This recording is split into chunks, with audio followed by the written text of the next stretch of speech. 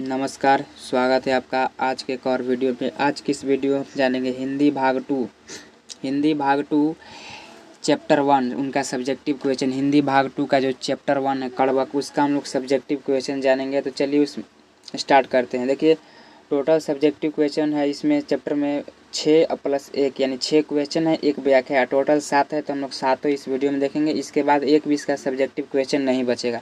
तो चलिए वीडियो को स्टार्ट करते हैं। देखिए पहला क्वेश्चन है शिक्षा। पहला क्वेश्चन है शिक्षा का अर्थ है। शिक्षा का क्या अर्थ है एवं इसके क्या कार्य हैं, स्पष्ट करें। देखिए शिक्षा का मतलब है जीवन की सच्चाइयों को समझना और ज्ञान बढ़ाना। यह हमें सही तरीके से जीना सिखाती है, स्वतंत्र बनाती है और सामाजिक समस्याओं को हल करने में मदद करती है। देखिए जीवन क्या है, यहाँ तक बना। जीवन क्या है, इसके क्या कार्य है। इसके बाद देखिए शिक्षा का मतलब है जीवन की सच्चाइयों को समझना और ज्ञान बढ़ाना। यह हमें सही तरीके से जीना सिखाती है, स्वतंत्र बनाती है। और देखिए इसका कार्य क्या है, और सामाजिक समस्याओं को हल करने के मदद करती है। पहला क्वेश्चन यहाँ तक हो चुका। समझ गए कि शिक्षा का मतलब है जीवन की सच्चाइयों को समझना, ज्ञान बढ़ाना। यह हमें सही तरीके से जीना सिखाती है, स्वतंत्र बनाती है। और इसके कार्य देखिए, यह हमें सामाजिक समस्याओं से लड़ने या हल करने में मदद करती है। पहला क्वेश्चन हो चुका। दूसरा है जीवन क्या है, इसका परिचय लेखक ने किस रूप में दिया है। जीवन क्या है, इसका परिचय लेखक ने किस रूप में दिया है। दूसरा क्वेश्चन है लेखक के अनुसार जीवन एक अद्भुत और रहस्यमय यात्रा है। लेखक के अनुसार जीवन एक अद्भुत और रहस्यमय यात्रा है। इसमें पक्षी, फूल, पेड़, आकाश, सितारे, नदियाँ और जीव शामिल है। जीवन संघर्ष, इच्छाएं, डर और चिंताओं का मेल है। इसको पूरी तरीके से समझने में शिक्षा मदद करती है। समझ गए होंगे। जीवन क्या है, लेखक के अनुसार जीवन एक अद्भुत रहस्यमय यात्रा है। इसमें पक्षी, फूल, पेड़, आकाश, सितारे, नदियाँ और जीव शामिल है। जीवन संघर्ष, इच्छाएं और डर, चिंताओं का मेल है। इसको पूरी तरीके से यानी ये सब चैप्टर को, ये चैप्टर हो गया, ये चैप्टर, इस सबको पूरी समझने में शिक्षा केवल एजुकेशन मदद करती है। चलिए क्वेश्चन नंबर 2 हो चुका। क्वेश्चन नंबर 3 है बचपन से ही आपका ऐसे वातावरण में रहना अत्यंत आवश्यक है जो स्वतंत्रता पूर्वक हो। बचपन से ही आपका ऐसे वातावरण में रहना अत्यंत आवश्यक है जो स्वतंत्रता पूर्वक हो। क्यों? क्वेश्चन नंबर 3 ये पूछ रहा है। चलिए इसका उत्तर जानेंगे। बचपन से ही स्वतंत्र माहौल में रहना जरूरी है ताकि डर न पनपे। स्वतंत्रता से हमें जीवन की पूरी प्रक्रिया को समझ सकते हैं और ज्ञान हासिल कर सकते हैं। चलिए क्वेश्चन नंबर 3 देखते हैं। बचपन से ही स्वतंत्र माहौल में रहना जरूरी है ताकि डर न पनपे। स्वतंत्रता से हमें जीवन की पूरी प्रक्रिया को समझ सकते हैं और ज्ञान हासिल कर सकते हैं। चलिए क्वेश्चन नंबर 4 देखते हैं। जहाँ भय है वहाँ मेघा नहीं हो सकती, क्यों? क्वेश्चन नंबर 4 है इस चैप्टर का। जहाँ भय है वहाँ मेघा नहीं हो सकती, क्यों? तो देखिए जहाँ डर होता है वहाँ बुद्धि नहीं होती। डर से हमारी सोचने की क्षमता कम हो जाती है, सोचने की शक्ति कम हो जाती है और हम सही निर्णय नहीं ले पाते हैं। और डर और चिंताएं हमारी बुद्धि प्रभावित होती है। मान लीजिए आप एक सांप देखें, उसके सामने आप कैसे व्यवहार करेंगे, उस समय बुद्धि काम नहीं करेंगे। आप उठाइएगा पैर और सीधे भाग चलिएगा। चलिए आगे देखिए।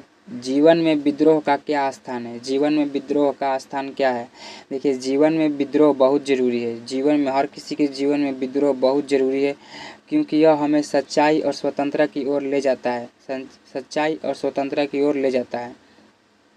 परंपराओं और समाज के खिलाफ विद्रोह कर हम अपने लिए सच्चाई की खोज कर रहे हैं और सुरक्षित महसूस कर सकते हैं। देखिए मान लीजिए कोई किसी चीज़ का तैयारी कर रहा है, पूरा समाज उसको विद्रोह कर रहा है, तो वो सही स्थान पर चल गया क्योंकि समाज उतना तक नहीं पहुंच सकता, इसलिए उसको भी नहीं पहुंचने देता है। इसी प्रकार है जीवन में विद्रोह जरूरी है क्योंकि यह हमें सच्चाई और स्वतंत्रता की ओर ले जाती है। परंपराओं और समाज के खिलाफ विद्रोह कर हम अपने लिए सच्चाई की खोज कर सकते हैं और सुरक्षित महसूस कर सकते हैं। चलिए अगला देखिए क्वेश्चन नंबर 6। अब देखिए यहाँ पर व्याख्या आ गया, उसके बाद एक क्वेश्चन बचा हुआ है। व्याख्या करें। यहाँ प्रत्येक मनुष्य किसी न किसी विरोध में खड़ा है। यहाँ प्रत्येक मनुष्य किसी न किसी के विरोध में खड़ा है और किसी सुरक्षित स्थान पर पहुँचने के लिए प्रतिष्ठा, सम्मान, शक्ति व आराम से निरंतर संघर्ष कर रहा है। यानी आराम से निरंतर संघर्ष कर रहा है। देखिए आगे देखिए इसका आंसर। प्रस्तुत पंक्ति से आपको स्टार्ट करना है, यहाँ से ऐसे बढ़ा के थोड़ा सा लिखना है। हम प्योर केवल हम लोग डिफिनेशन लाए प्योर। उत्तर देखिए, इस संसार में हर व्यक्ति अपने सुख और सुरक्षा के लिए दूसरों का विरोध करता है। ये बात बिल्कुल सही है। इस दुनिया में हर इंसान अपने सुख और अपने सुरक्षा के लिए दूसरों का विरोध करता है। यह विरोध प्रतिष्ठा, सम्मान, शक्ति और आराम पाने के लिए होता है। मनुष्य लगातार इन चीज़ों के लिए संघर्ष रहता है और एक दूसरे का विरोध करता है। क्यों करता है, जान गए होंगे कि अपने सुख के लिए, अपने आप को महान करने के लिए। इसी प्रकार से इस संसार में हर व्यक्ति अपने सुख और सुरक्षा के लिए दूसरों का विरोध करता है।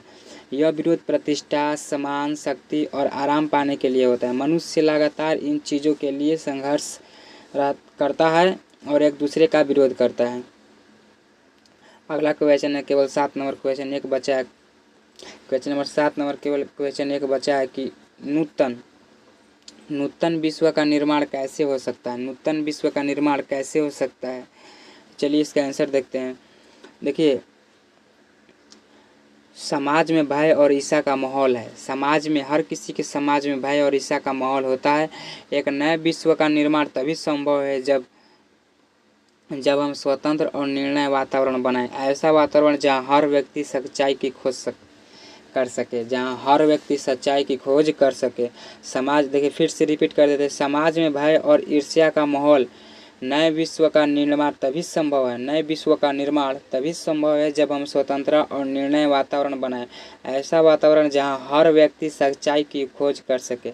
परंपराओं को मानने वाले लोग सच्चाई नहीं पा सकते हैं। जो परंपराओं को मानते हैं वो सच्चाई नहीं पा सकते।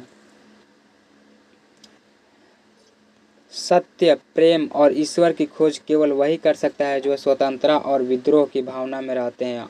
अगर हम स्वतंत्रता के साथ जिए तो निश्चित ही एक नया विश्व बना सकते हैं। देखिए फिर से एक बार रिपीट कर देते हैं इस क्वेश्चन को।